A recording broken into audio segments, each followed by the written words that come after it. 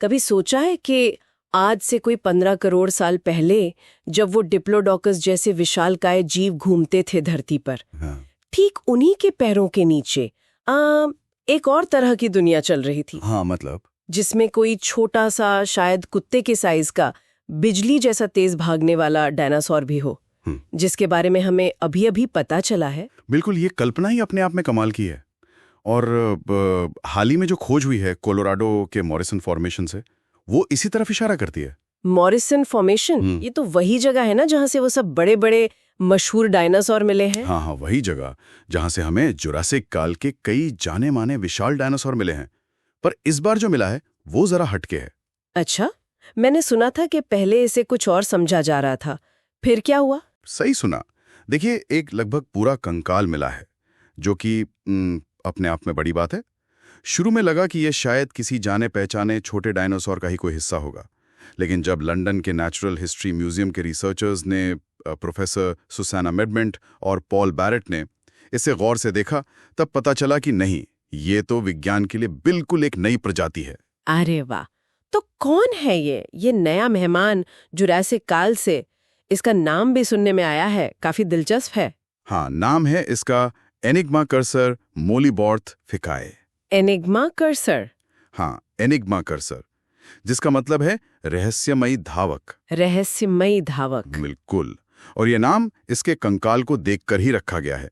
इसके जो पिछले पैर हैं वो काफी लंबे हैं, पंजे भी बड़े हैं, तो ये सब देखकर लगता है कि ये यकीनन बहुत तेज भागता होगा, गजब का धावक रहा होगा। सुनने में ही कितना रोमांचक है। अच्छा, तो ये साइज में कितना बड़ा था? क्या ये उन बड़े डायनासोरों के सामने टिक पाता था? नहीं, साइज में तो ज्यादा बड़ा नहीं था। आप अंदाजा लगाइए, जैसे आजकल का लैब्राडोर डॉग होता है ना। अच्छा, लैब्राडोर जितना? हाँ, करीब 1 मीटर लंबा और कोई आधा मीटर ऊंचा। पर इसमें एक और दिलचस्प बात है। क्या?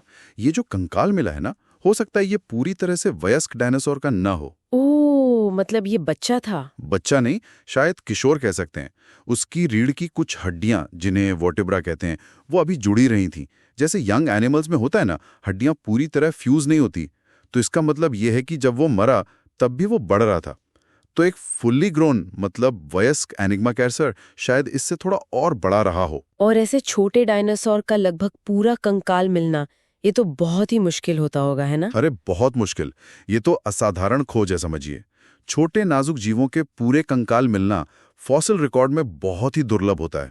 अक्सर तो टूटे फूटे टुकड़े ही हाथ लगते हैं। हाँ। तो इस पूरे कंकाल की वजह से ही हम इसकी जो बनावट है, इसके दौड़ने की क्षमता, इसका रहन सहन, इन सब के बारे में इतना कुछ अंदाजा लगा पाए हैं। इसने हमें एक साथ बहुत सारी जानकारी दे दी है। तो ये सिर्फ एक और डायनासोर का नाम जुड़ना नहीं है लिस्ट में, इसका असली महत्व क्या है, मतलब हमारे लिए? बिल्कुल, ये उससे कहीं बढ़कर है। देखिए, पहली बात तो कि ये खोज हमें बताती है कि मॉरिसन फॉर्मेशन जैसी जगह, जिन्हें हम सोचते थे कि हमने पूरी तरह छान मारा है, जहां इतने सालों से खुदाई हो रही है, वहां भी आज नए राज खुल सकते हैं। हाँ। खासकर छोटे जीवों के बारे में, जिन पर अक्सर ध्यान नहीं जाता बड़े डायनासोरों की वजह से। तो एक तरह से ये याद दिलाता है कि खोज का काम कभी खत्म नहीं होता। और दूसरी बात, आपने कहा था इकोसिस्टम के बारे में। हाँ बिल्कुल। दूसरी और शायद सबसे अहम बात यही है, एनिग्मा कर्सर हमें जुरासिक काल के उस इकोसिस्टम की एक ज्यादा, कह सकते हैं कि ज्यादा जटिल और जीवंत तस्वीर दिखाता है। आप सोचिए, एक तरफ एलोसोरस जैसे भीमकाय खतरनाक शिकारी घूम रहे हैं, हाँ, और उन्हीं के बीच ये छोटा सा जीव अपनी तेज रफ्तार और फुर्ती के दम पर जी रहा था, भाग रहा था। तो रफ्तार ही इसका हथियार थी। लगता तो यही है। शायद यही इसकी सबसे बड़ी खूबी थी, बड़े शिकारियों से बचने के लिए। ये हमें उस समय के फूड वेब, मतलब कौन किसे खाता था, और जीवन के संघर्ष के बारे में नए सिरे से सोचने पर मजबूर करता है। वाकई कमाल की बात है। तो क्या लोग इसे देख सकते हैं, ये रहस्यमयी धावक? हाँ, ये अच्छी खबर है।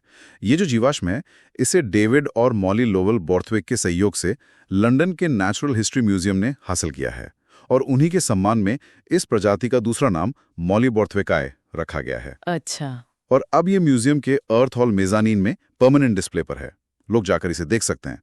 और ये भी खास बात है कि 2014 के बाद ये पहली नई डायनासोर प्रजाति है जिसे म्यूजियम ने डिस्प्ले पर लगाया है। तो कुल मिलाकर एनिग्मा कर्सर की ये खोज हमें याद दिलाती है कि जुरासिक दुनिया सिर्फ उन विशालकाय जीवों की ही नहीं थी जिनके बारे में हम सुनते आए हैं, बल्कि उसमें छोटे तेज तर्रार किरदारों की भी एक पूरी अनदेखी दुनिया बसी थी, है ना, जिसे हम अभी जानना शुरू कर रहे हैं। बिल्कुल सही कहा आपने।